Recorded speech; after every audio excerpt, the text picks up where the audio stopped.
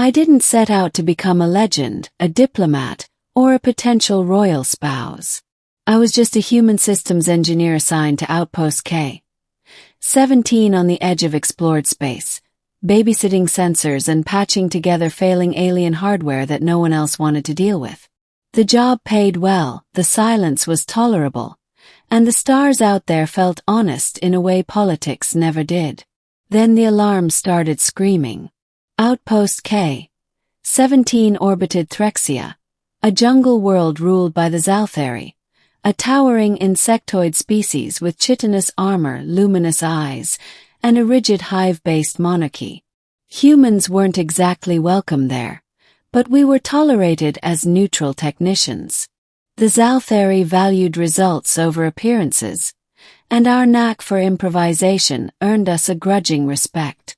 The alarm wasn't from the outpost. It was planetary. A distress signal burst through every channel, encoded in Zalthari royal cipher. I recognized it because I'd helped install the relay system myself. That signal meant only one thing.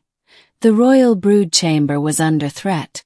The royal brood chamber housed the queen's children, larval heirs, each one a living future of the Zalthari species. Losing them wouldn't just be a tragedy. It would collapse their civilization overnight. Protocol said I was to remain at the outpost and await instructions. Human protocol anyway.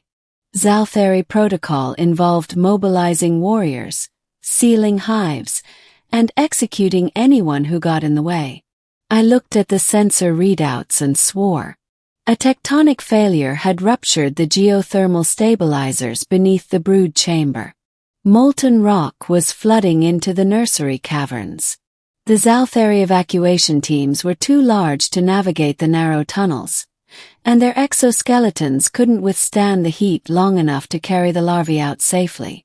I didn't wait for permission. I grabbed a heat-shielded environmental suit, loaded my portable field generator, and stole a drop shuttle. As I descended through Threxia's toxic clouds, I knew one thing for certain. No one else was getting there in time. The brood chamber was chaos when I arrived. Zalthari attendants screeched in panic, their pheromones thick with fear. The larvae, dozens of them, were trapped in biocradles as the temperature climbed past survivable limits. The queen herself loomed above the chamber, massive and radiant, her multifaceted eyes locked onto the rising lava. She turned toward me as I entered, mandibles flaring. "A human," she hissed. "You should not be here." "Yeah," I said, already setting up my generator. "I get that a lot." My plan was insane and completely human. I rerouted the field generator to create a localized gravity bubble, effectively lifting the larvae and their cradles off the chamber floor. Then I manually overrode the stabilizers, alien tech not meant for human hands, burning through my gloves as I forced the system into a temporary shutdown. The lava slowed, diverted just enough to buy time. One by one, I carried the larvae out through maintenance tunnels barely wide enough for me to crawl. My suit screamed warnings. My lungs burned. Twice I nearly passed out from the heat. I didn't stop. By the time the last larva was safe, my suit had failed, my arms were blistered, and I collapsed just outside the chamber doors.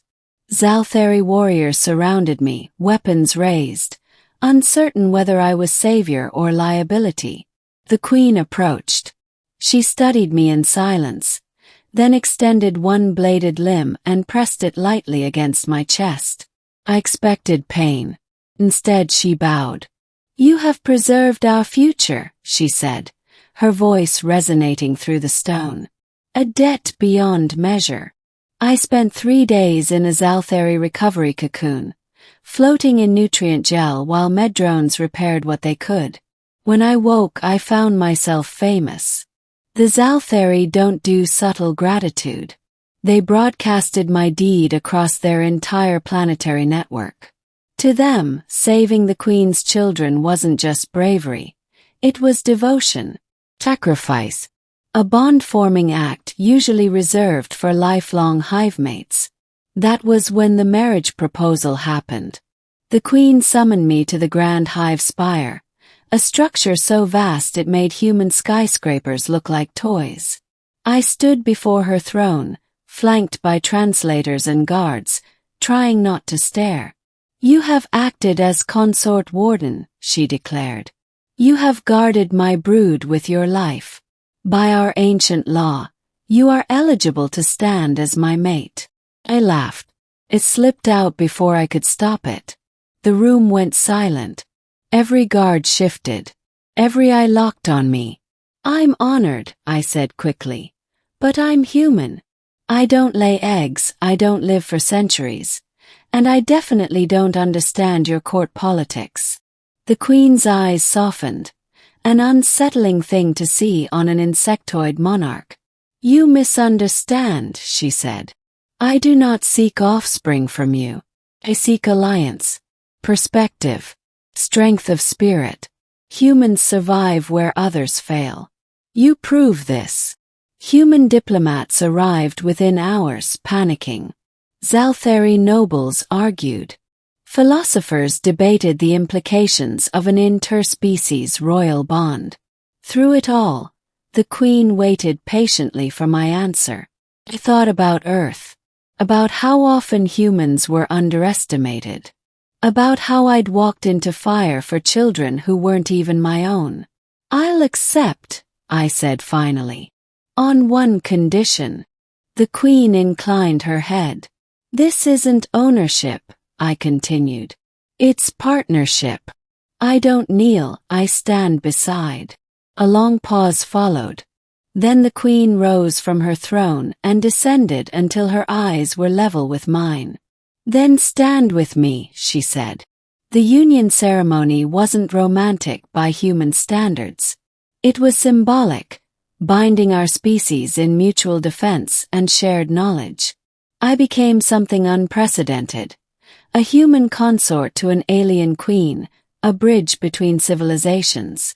Years later, when humans and Zalthari patrol space together, when wars are avoided because someone remembers a human once carried alien children through fire, I sometimes think back to Outpost K-17. I was just a technician. But humanity has always been more than what we're assigned. And sometimes, saving a future means becoming part of it. Years later, humans and Zalthari stand side by side among the stars.